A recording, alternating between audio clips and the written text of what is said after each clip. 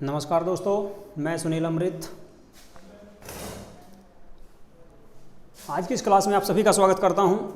और आज का जो हमें पढ़ना है, हमने देखिए इससे पिछले वीडियो में आपके लगभग 8 क्लासें आई हैं और 8 क्लासों में हमने पढ़ा था आपका दिल्ली सल्तनत। ठीक है, दिल्ली सल्तनत में हमने इब्राहिम लोदी यानी कि इससे पहले लोदी वंश को पढ़ा और आज हमें पढ़ना है लोदी के बाद मुगल वंश।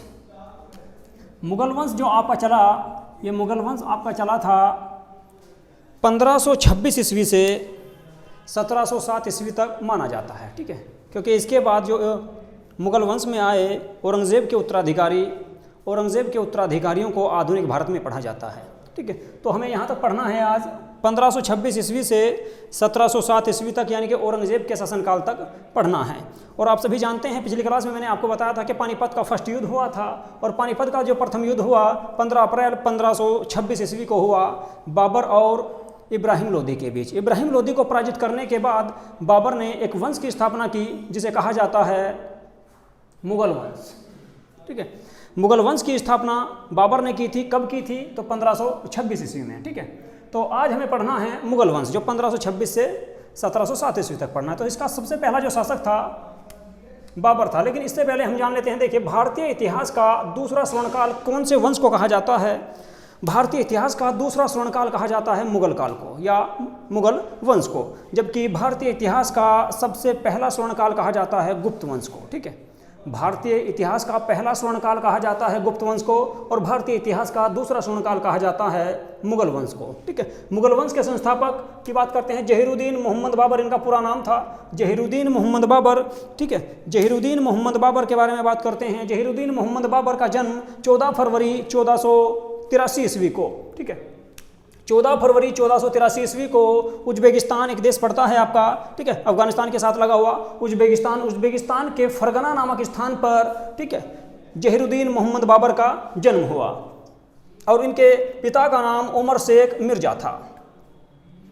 बाबर के पिता का नाम उमर शेख मिर्जा था, जो तैमूर लंग के 5वें वंशज हुआ करते थे। तैमूर लंग जिसने भारत पर आक्रमण किया था। ठीक है, मंगोलिया का ये शासक हुआ करते थे, मंगोलिया के आक्रमणकारी थे तैमूर लंग। ठीक है, तैमूर लंग का 5वां वंशज था। कौन? उमर शेख मिर्जा। ठीक है, इसके बाद बात करते हैं इनकी माता की। इनकी माता का नाम था कुतलुग निगार बेगम। कुतलुग निगार बेगम। तो कुतलुग निगार बेगम जो बाबर की माता थी, ये चंगेज़ खां की 14वां वंशज यानी कि 14वीं वंशज थी। ठीक है, अब बाबर की पत्नी का बात करते हैं, तो बाबर की पत्नी का नाम था मुसम्मत काबुली बेगम। बाबर की पत्नी का नाम मुसम्मत काबुली बेगम था। ठीक है, इसके बाद आपका देखिए 1494 ईस्वी में बाबर के पिता की मृत्यु हो गई। ठीक है, और उस वक्त बाबर केवल 11 वर्ष की आयु का था, यानी कि उसकी आयु 11 वर्ष थी। और इसी समय यानी कि 1494 ईस्वी में ही बाबर फरगना का शासक बना, लेकिन फरगना के आसपास के शासकों ने इसको वहाँ पर टिकने नहीं दिया और 1494 ईस्वी से 1502 ईस्वी तक फरगना से आकर इसने समरकंद पर शासन किया। ठीक है, फरगना के पास पड़ता है समरकंद, समरकंद पर इसने शासन किया। किसने? बाबर ने। ठीक है, लेकिन इसके बाद क्या हुआ कि समरकंद में ही एक युद्ध हुआ जिसको कहा जाता है सर ए पुल का युद्ध। ठीक है, समरकंद में ही सर ए पुल नामक स्थान पर सर ए पुल का युद्ध हुआ 1502 ईस्वी में। किस किस के बीच? बाबर और सेबानी खान के बीच। ठीक है, सेबानी खान उज्बेक शासक था और इस युद्ध में सेबानी खान की जीत हुई। इसके बाद क्या हुआ कि बाबर समरकंद से अफगानिस्तान की ओर चला आया। ठीक है, अब ये अफगानिस्तान में शासक करेगा। इसके बाद बाबर अफगानिस्तान आया और 1504 ईस्वी में इसने काबुल व कंधार पर अधिकार कर लिया। 1504 ईस्वी में बाबर ने काबुल व कंधार पर अधिकार कर लिया, क्योंकि सर ए पुल के युद्ध में सेवानी खान ने इसको पराजित करके समरकंद से भगा दिया था। इसके बाद ये अफगानिस्तान आया और अफगानिस्तान के क्षेत्र में इसने काबुल व कंधार पर अधिकार किया। कब? 1504 ईस्वी में। इसके बाद इसने काबुल को अपनी राजधानी बनाई। तो आपसे क्वेश्चन पूछा जाता है यहाँ पर कि बाबर की प्रथम राजधानी क्या थी? तो बाबर की प्रथम राजधानी थी काबुल। ठीक है, अफगानिस्तान का जो काबुल क्षेत्र है इसको इसने अपनी राजधानी बनाई। और देखिए 1507 ईस्वी में बाबर ने बादशाह या पादशाह की उपाधि धारण की। कब? बाबर ने 1507 ईस्वी में बादशाह या पादशाह की उपाधि धारण की। इसके बाद बात है, यहाँ से क्वेश्चन आता है कि भारत पर पहला आक्रमण, बाबर का भारत पर पहला आक्रमण कहाँ पर था? तो बाबर का भारत पर पहला आक्रमण हुआ बाजोर पर। बाजोर के भेरागढ़ किले को इसने जीता कब?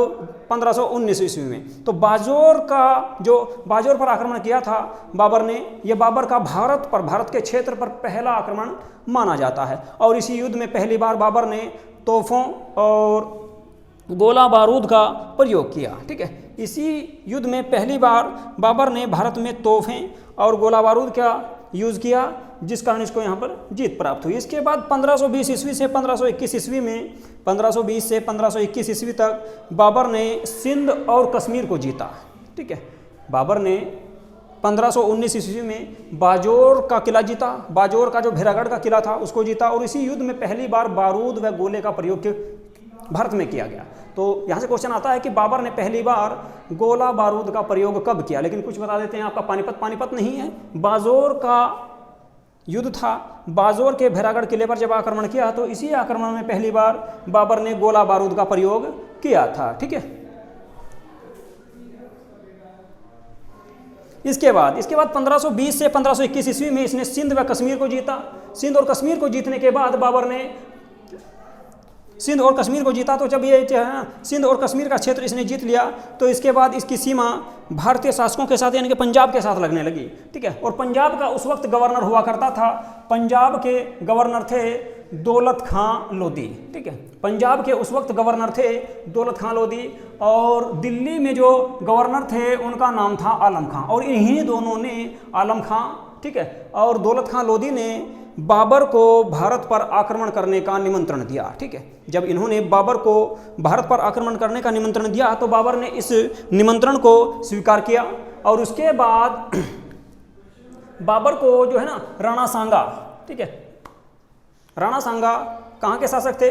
राणा सांगा मेवाड़ के शासक थे। ठीक है, तो राणा सांगा मेवाड़ के शासक थे। मेवाड़ के शासक राणा सांगा ने भी मदद करने का वचन दिया। ठीक है, जिस कारण बाबर 12,000 की सेना लेकर, ठीक है, 1200 की सेना लेकर भारत आया। और भारत आने के बाद उसके साथ पंजाब के गवर्नर दौलत खां लोधी हो लिए, और उसके बाद आलम खां लोधी ने भी उसको अपनी सेना भेज दी उसकी सपोर्ट करने के लिए।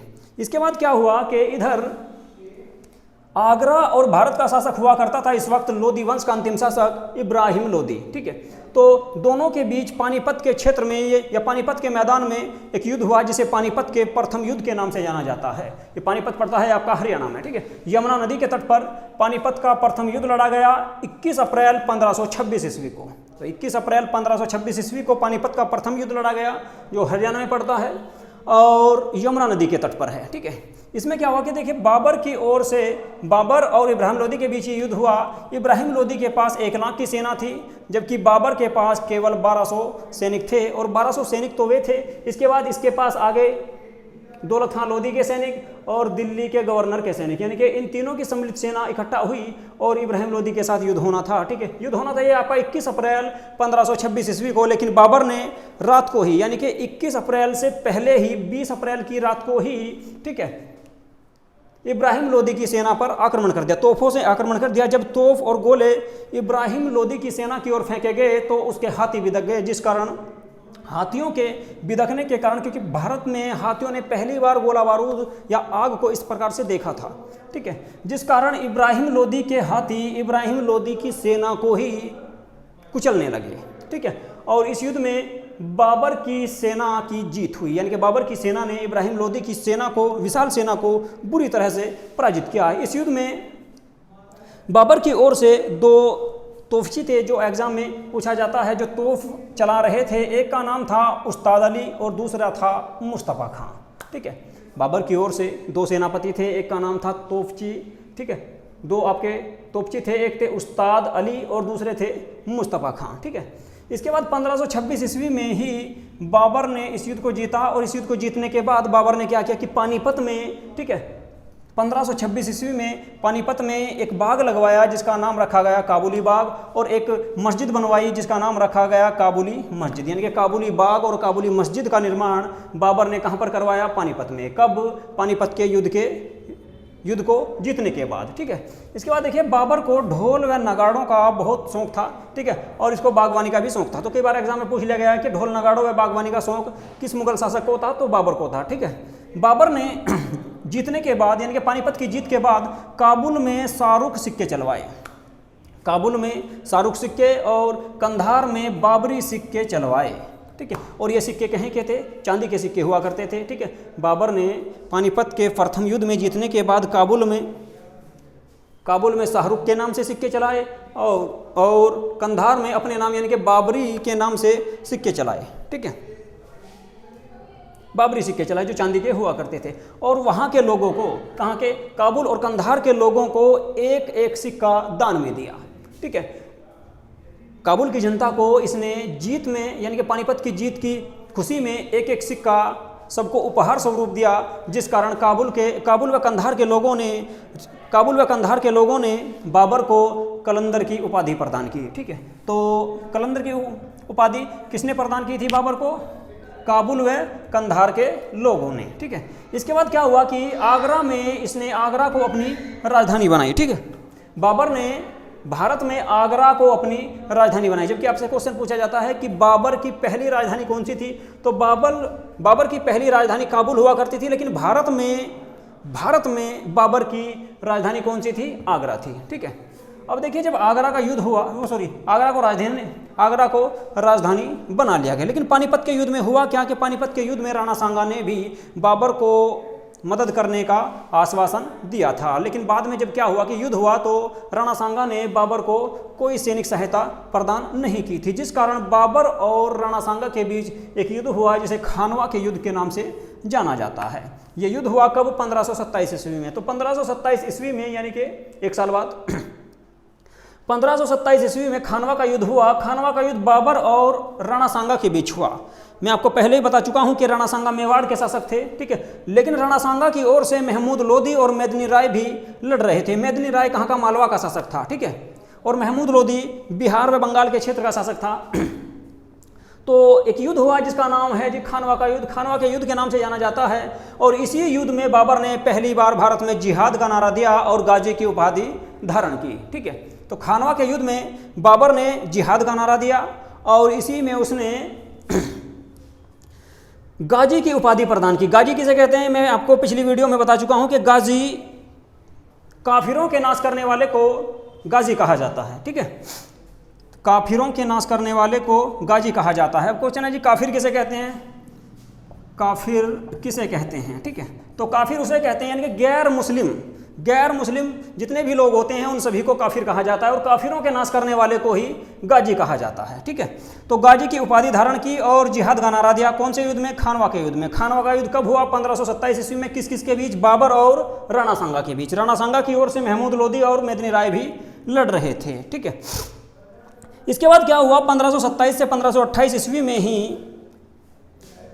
1527 से 1528 ईस्वी में ही एक आप जानते होंगे बाबरी मस्जिद के बारे में। बाबरी मस्जिद कहाँ पर है? अयोध्या में, ठीक है। तो एक बाबर के सेनापति हुआ करते थे जिनका नाम था मीर बांकी। मीर बांकी ने उत्तर प्रदेश के अयोध्या नामक स्थान पर 1527-28 ईस्वी में बाबरी मस्जिद का निर्माण करवाया। और आप सभी जानते हैं कि 6 दिसंबर 1992 ईस्वी को, जिस वक्त उत्तर प्रदेश में कल्याण सिंह की सरकार थी, इस मस्जिद को गिरा दिया गया था, ठीक है।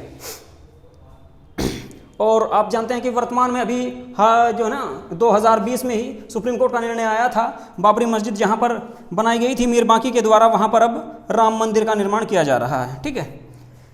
इसके बाद क्या हुआ कि चंदेरी का युद्ध हुआ। चंदेरी का युद्ध कब हुआ? 1528 ईस्वी में। क्यों? ये इसलिए हुआ क्योंकि मेदिनी राय ने राणा सांगा का साथ दिया था। कौन से युद्ध में? खानवा के युद्ध में। जब खानवा के युद्ध में राणा सांगा का साथ दिया मेदिनी राय ने, तो इसके बाद बाबर ने मेदिनी राय पर आक्रमण किया और एक युद्ध हुआ जिसका नाम है चंदेरी का युद्ध। चंदेरी का युद्ध कब हुआ? तो 1528 ईस्वी में, ठीक है।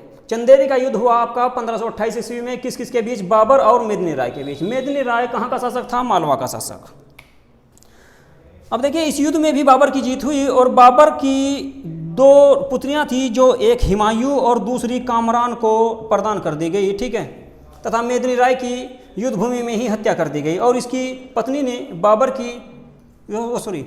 मेदिनी राय की जो पत्नी थी, मेदिनी राय की पत्नी ने जौहर कर लिया, यानी कि आग में कूदकर अपने प्राण त्याग दिए, ठीक है।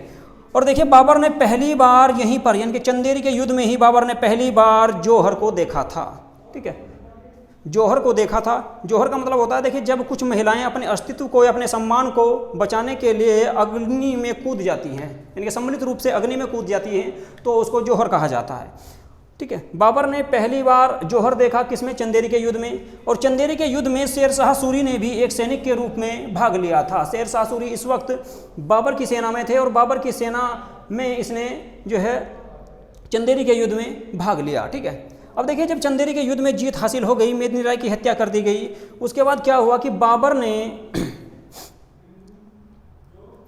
ने राजपूत सैनिकों के सरों के ढेर लगवाए, ठीक है, यानी कि उनके मुंडों के ढेर लगवाए। और मुंडों के ढेर लगवाने के बाद, ठीक है, वहाँ पर उसने जश्न मनाया। जब वहाँ पर बाबर की सेना जश्न मना रही थी, तो उसके बाद वहीं पर आपका कौन था? शेर शाह सूरी था। तो शेर शाह सूरी ने वहीं पर एक प्रतिज्ञा ली कि ईश्वर ने या अल्लाह ने मुझे अगर मौका दिया तो मैं एक दिन इन मुगलों को भारत से बाहर भगाकर ही दम लूँगा, ठीक है। और उसके बाद ये कहते हुए शेर शाह सूरी वहाँ से चला गया।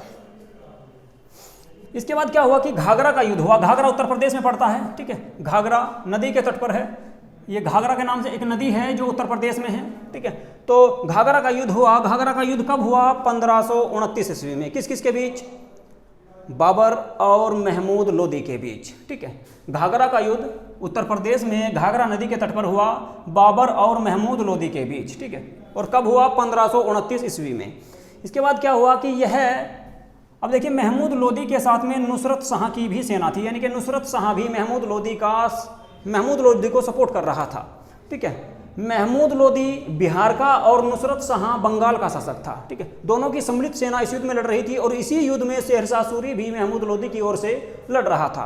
देखिए भारतीय इतिहास में ये पहला युद्ध था जो जल और थल दोनों में लड़ा गया, यानी कि जल में और थल में, जमीन पर भी और नदी में भी, यानी कि जल और थल दोनों में लड़ा गया। पहला युद्ध था आपका कौन सा? घाघरा का युद्ध, ठीक है। इस युद्ध में शेर शाह सूरी ने भी भाग लिया था, मैं आपको पहले ही बता चुका हूँ। अब इस युद्ध में क्या हुआ कि बाबर की जीत हुई और बाबर की जीत होने के बाद, ठीक है, महमूद लोदी जो है महमूद लोदी की हत्या कर दी गई। इसके बाद क्या हुआ कि 1530 ईस्वी में, अब देखिए 1529 ईस्वी में घाघरा का युद्ध हुआ और 1530 ईस्वी में बाबर की मृत्यु हो गई, ठीक है। अब बाबर की जब मृत्यु हुई आपकी कब? 1530 ईस्वी में। तो 1530 ईस्वी में जब बाबर की मृत्यु हुई तो इसको आगरा के आराम बाग में दफना दिया गया। आगरा के आराम बाग में बाबर को दफना दिया गया, ठीक है।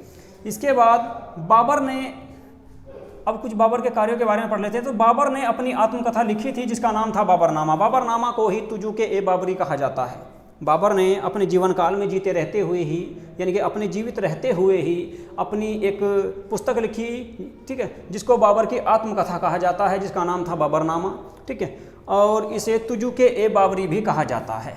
और इसी पुस्तक को, बाबरनामा को ही अकबर के समय, इसी पुस्तक को अकबर के समय अब्दुल रहीम खान ए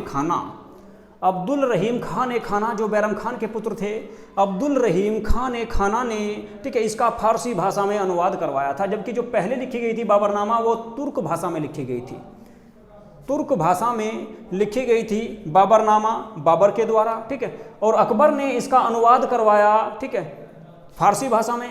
और फारसी भाषा में अनुवाद किसने किया? अब्दुल रहीम खान ए खाना ने, ठीक है। अब देखिए बाबरनामा में ही एक कथन मिलता है बाबर का कि बाबर ने भारत में, जिस वक्त बाबर भारत में आए, उसने कहा कि भारत में एक शासक हुआ करते थे कृष्णदेव राय, विजयनगर साम्राज्य के एक शासक हुआ करते थे कृष्णदेव राय। कृष्णदेव राय को भारत का सबसे शक्तिशाली शासक बताया किसने? बाबर ने। किस पुस्तक में? बाबरनामा में, ठीक है। इसके बाद क्या हुआ कि बाबर की मृत्यु हुई 1530 ईस्वी में और बाबर के पुत्र थे 4। एक का नाम था हुमायूं, दूसरा का नाम था कामरान, तीसरे थे अस्करी और चौथे थे हिंदाल। बाबर के 4 पुत्र थे, हुमायूं, कामरान, असगरी, हिंदाल। बाबर ने मरने से पहले ही अपने पुत्र हुमायूं को कहा कि मेरा जो ये साम्राज्य है आप चारों भाई आपस में बांट लेना, ठीक है। तो इसके बाद क्या हुआ कि बाबर की 1530 ईस्वी में मृत्यु हुई और इसकी मृत्यु के बाद 1530 ईस्वी में हुमायूं भारत का शासक बनेगा, ठीक है। अगली जो वीडियो आएगी आपकी वो हुमायूं के बारे में आएगी, हुमायूं के बारे में उसमें हमें पढ़ना है, ठीक है। तो ये था आपका मुगल वंश के अंतर्गत बाबर या ज़हीरुद्दीन मोहम्मद बाबर, ठीक है। ज़हीरुद्दीन मोहम्मद बाबर 1526 से 1530 ईस्वी तक भारत का शासक रहा, जबकि इसका जन्म 1483 ईस्वी में फरगना उज़्बेकिस्तान में हुआ था। इसके पिता का नाम उमर शेख और माता का नाम कुतलुग निगार बेगम था, ठीक है। और जबकि इसके पिता की मृत्यु 1494 ईस्वी में यानी कि 11 वर्ष की आयु में ही बाबर शासक बन गया था। तो यहाँ से क्वेश्चन पूछा जाता है कि सबसे कम आयु में कौन सा मुगल शासक गद्दी पर बैठा था या राजा बना था, तो बाबर। जबकि आपसे यहाँ से क्वेश्चन आ सकता है कि भारत में सबसे कम आयु का मुगल शासक कौन बना था, तो अकबर थे, वे 13 वर्ष के थे, जबकि लेकिन बाबर जब शासक बने तो 11 वर्ष के थे, ठीक है। इसके बाद क्या हुआ कि 1494 से 1502 ईस्वी तक इसने फरगना से आकर समरकंद पर शासन किया और वहीं पर सर ए पुल का युद्ध हुआ जिसमें बाबर की हार हुई। इसके बाद बाबर अफगानिस्तान आ गया। अफगानिस्तान में इसने काबुल और कंधार पर जीत हासिल की और इसने काबुल को अपनी राजधानी बनाई। इसके बाद बाबर ने भारत पर पहला आक्रमण 1519 ईस्वी में किया और 1519 ईस्वी में इसने बाजौर पर आक्रमण किया था और इसी युद्ध में इसने तोपों और गोले बारूद का प्रयोग भी किया था। इसके बाद 1520-21 ईस्वी में सिंध व कश्मीर पर आक्रमण किया। इसके बाद पंजाब के गवर्नर दौलत खां लोधी और दिल्ली के गवर्नर आलम खां ने, ठीक है, आलम खां ने बाबर को भारत पर आक्रमण करने का या दिल्ली पर आक्रमण करने का निमंत्रण दिया और इसमें राणा सांगा ने भी इसकी मदद करने का वचन दिया था। इसके बाद क्या हुआ कि बाबर जो है ना उस वक्त दिल्ली का जो शासक हुआ करता था या भारत का शासक या आगरा का शासक इब्राहिम लोदी था और इब्राहिम लोदी के साथ ही पानीपत का प्रथम युद्ध हुआ। कब 21 अप्रैल 1526 ईस्वी को।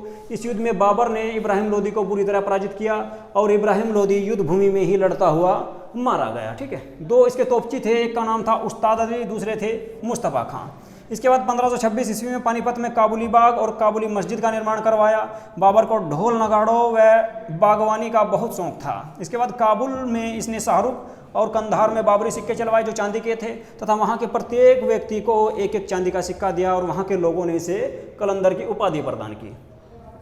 इसके बाद इसने आगरा को अपनी राजधानी बनाई और इसके बाद खानवा का युद्ध हुआ। खानवा का युद्ध राणा सांगा और बाबर के बीच हुआ जो 1527 ईस्वी में हुआ था। इस युद्ध में राणा सांगा की हेल्प महमूद लोदी और मेदिनी राय दोनों कर रहे थे। लेकिन इस युद्ध में क्या हुआ, अब देखिए इस युद्ध में जो सेना का अनुपात था 1:8 था, यानी कि 1 बाबर का और 8 अनुपात था राणा सांगा का, लेकिन फिर भी राणा सांगा की सेना पराजित हुई।